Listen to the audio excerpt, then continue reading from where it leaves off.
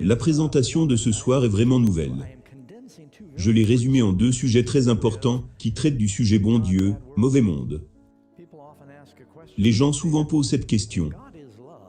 Si Dieu est amour, si Dieu est tout-puissant, si Dieu est bon, pourquoi y a-t-il tant de souffrance? Pourquoi Dieu créerait-il le diable? Vous savez, je pense que c'est intéressant. Le contexte de l'émission d'aujourd'hui est que, même au moment où nous parlons, certains d'entre vous ont déjà vu l'actualité. Et savent qu'il y a eu, aujourd'hui dimanche, alors que nous enregistrons, il y a eu un tragique fusillade. Certains ont dit qu'il s'agit peut-être du plus grand fusillade lié à l'Église dans l'histoire américaine. Une petite ville du Texas. En fait, j'allais dans une petite église baptiste, dans une petite ville du Texas. Et je sais juste que les gens là-bas vont être absolument dévastés, parce que tout le monde se connaît, et est parenté à tout le monde. Et c'est tellement insensé, dans une église. Dieu est bon. Et vous enseignez aux gens que Dieu est amour. Et alors, que disent les athées, et les agnostiques dans des moments comme celui-ci? Si Dieu est si bon, alors pourquoi permet-il que des choses comme ça se produisent? Eh bien, nous allons faire de notre mieux pour répondre à certaines de ces grandes questions ce soir, à partir de la parole de Dieu. Et je crois que Dieu est bon. Et je crois que Dieu est amour, et j'espère que vous comprendrez les raisons pour lesquelles certaines de ces choses se produisent. Eh bien, vous savez, dans notre présentation, les gens veulent savoir pourquoi y a-t-il tant de problèmes dans le monde? Si Dieu est bon, si Dieu est amour. Et vous pouvez aller dans les Écritures, et vous lisez qu'au commencement, dans la Genèse, quand Dieu a créé toutes choses. Il est dit que Dieu vit que tout ce qu'il a créé était, en effet, très bon. Vous lisez les différents jours de la création et Dieu dit, c'était bon, c'était très bon. Alors, quelle est la volonté de Dieu pour nous? Il veut que ce soit bon. Il veut que nous soyons heureux. Ne voulez-vous pas que vos enfants soient heureux? En fait, certains d'entre vous probablement vous les gâtez, parce que vous voulez tellement leur plaire, et les rendre heureux. Mais Dieu a dit que leur bonheur serait conditionnel, à lui faire confiance, et à ne pas manger d'un arbre qui leur était interdit, un arbre où un ennemi était susceptible de les rencontrer, et de les tenter. Et vous connaissez l'histoire. La Bible dit qu'Ève est alors allée à cet arbre. Il est dit, la femme vit, vous remarquerez que nous avons commencé avec Dieu vit.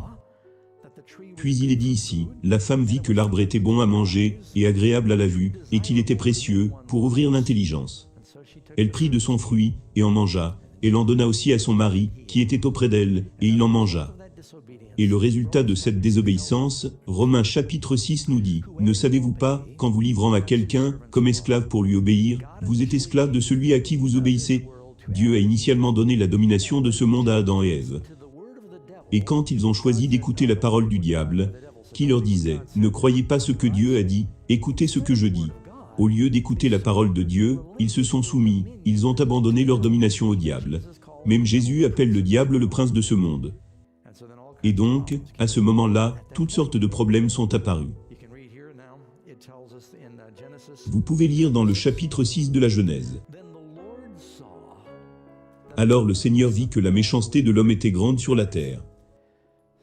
Dieu vit que tout était bon. La femme vit le fruit, désobéit. Dieu vit que tout était méchanceté. La terre était remplie de violence, toutes sortes de problèmes. Et, de ce point à ce point, il y a eu une grande controverse dans le monde. C'est donc le thème de ce soir. Nous parlerons de l'essence de cette grande controverse.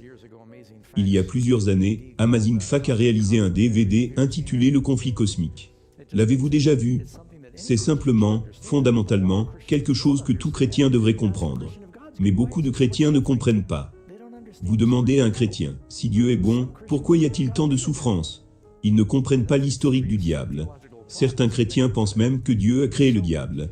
Et cela a de graves problèmes théologiques liés à cela. Et donc, une fois qu'ils comprennent cette vérité, tout se met en place. Comment un Dieu d'amour va délibérément créer un diable qui va nous tourmenter? Comment pouvez-vous le voir comme un Dieu juste? C'est donc un sujet très important. Parce que quand les gens comprennent pourquoi il y a le péché dans le monde, et comment un Dieu d'amour peut continuer à être un Dieu d'amour, et ne pas détruire le diable, tout commence alors à se mettre en place. Donc, dans cet esprit, nous allons passer à notre présentation.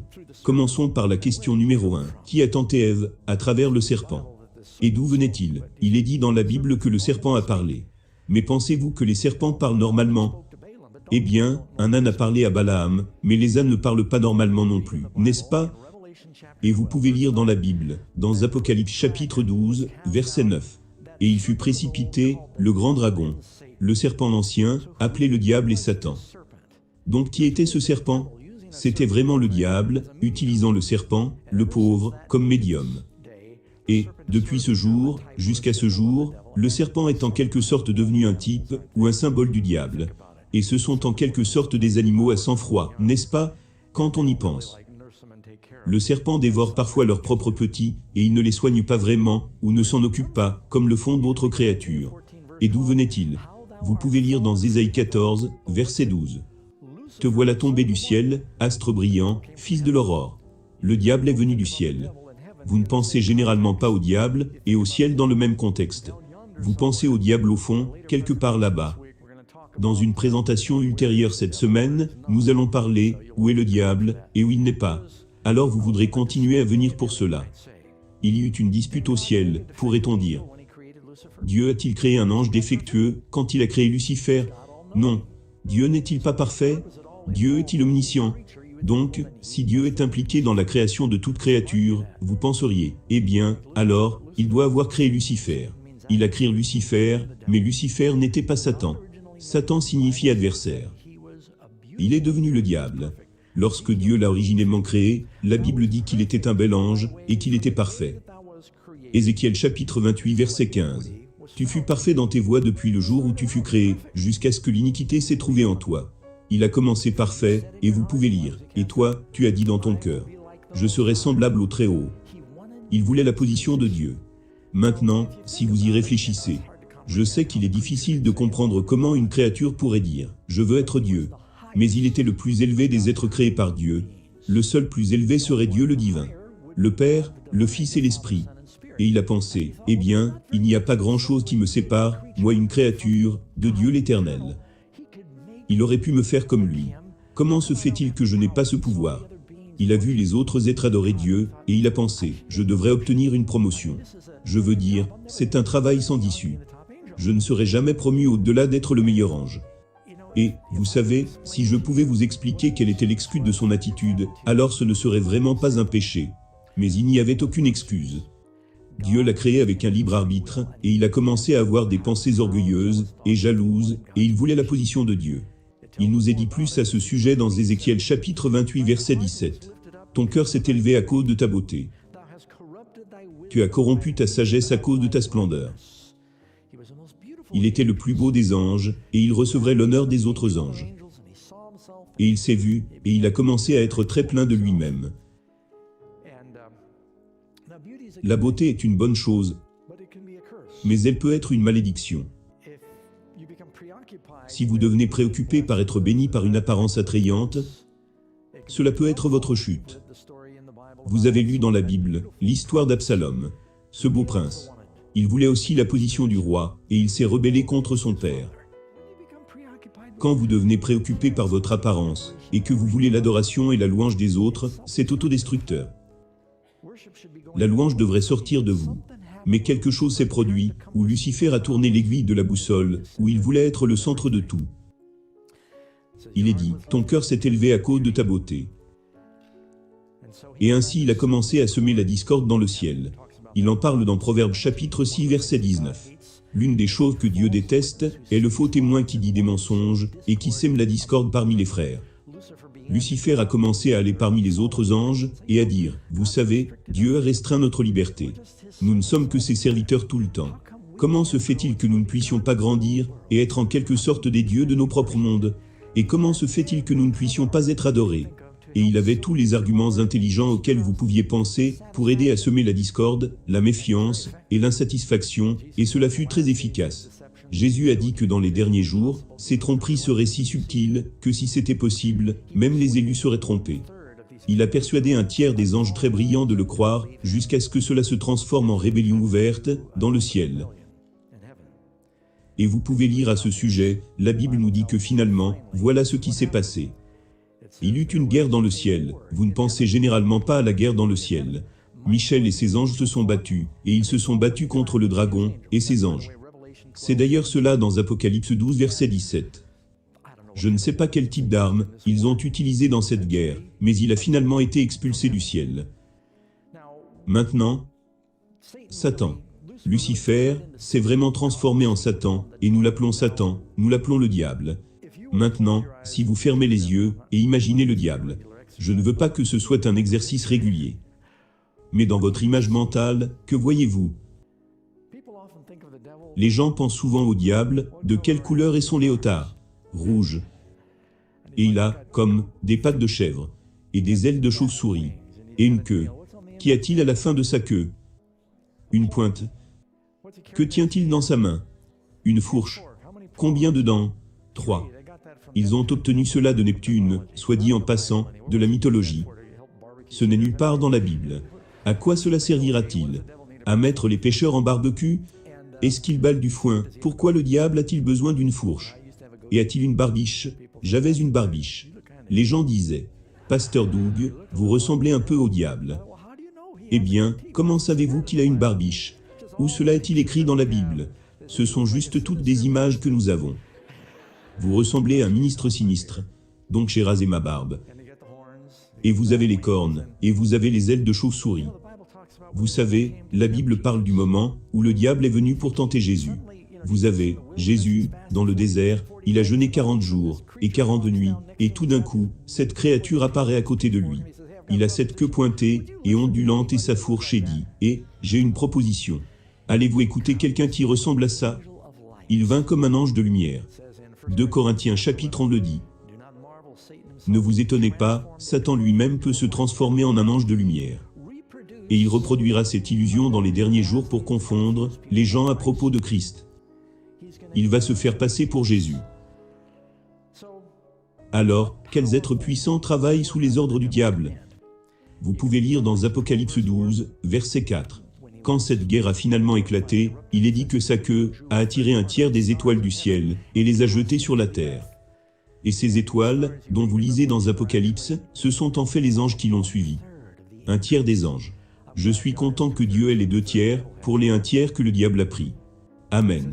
Et il dit qu'il a été précipité sur la terre, et ses anges ont été précipités avec lui.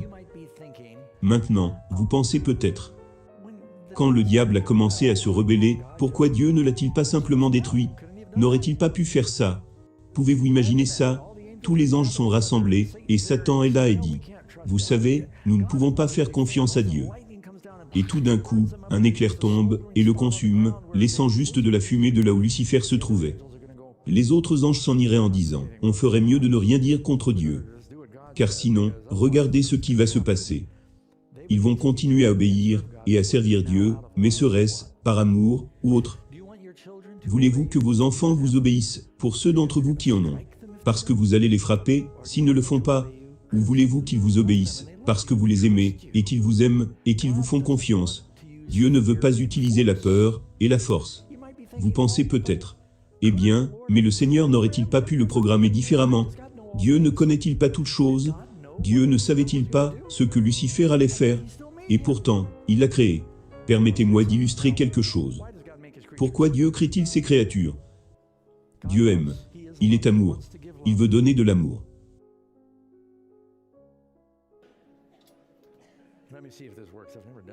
Laissez-moi voir si cela marche. Je ne l'ai pas fait de cette façon auparavant. J'aime être aimé.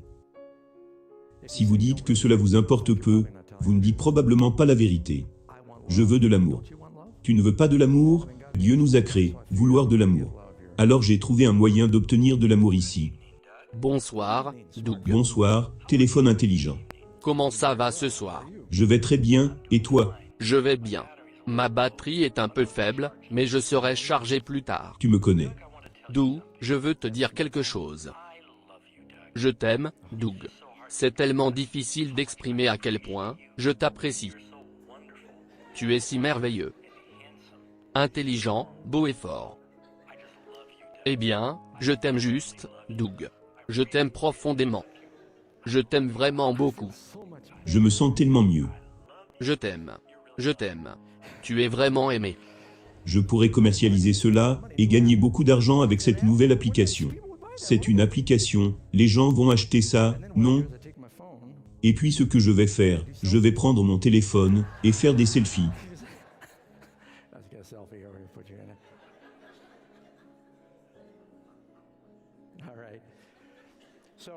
Donc, est-ce que je me sens vraiment aimé parce que mon téléphone a dit, il a mes photos, et parce qu'il dit qu'il m'aime? Donc je me sens tellement mieux maintenant? Pourquoi ça ne marche pas? Parce que je l'ai programmé. Il ne m'aime pas. C'est juste un robot qui dit je t'aime. Savez-vous qu'il parle maintenant d'intelligence artificielle, de création de robots qui seront si proches de l'homme qu'ils pourront réellement aimer? Je ne pense pas, parce qu'ils ne peuvent pas donner un libre arbitre. Dieu a créé Lucifer avec un libre arbitre. Il a pris un risque. Parce que le véritable amour ne peut pas être forcé. Est-ce correct? Il y a un autre mot pour l'amour forcé. Cela s'appelle le viol. Vous voulez qu'il soit donné gratuitement. Combien d'entre vous, lorsque vous avez décidé d'avoir des enfants, ont obtenu une garantie écrite qu'ils obéiront toujours et ne vous donneraient jamais des temps difficiles? Vous avez pris un risque. Saviez-vous qu'ils pourraient ne pas vous aimer en retour, ou qu'ils pourraient être égoïstes, ou que certains pourraient être bons, et que certains pourraient se rebeller? Mais Adam et Ève ont eu des enfants très différents, car ils sont libres. Et Dieu, afin d'être vraiment aimé de ses créatures, il leur donne une réelle liberté. Il veut que nous lui fassions confiance. Il vous donnera des preuves. Il vous montrera à quoi il ressemble, mais vous devez choisir de répondre.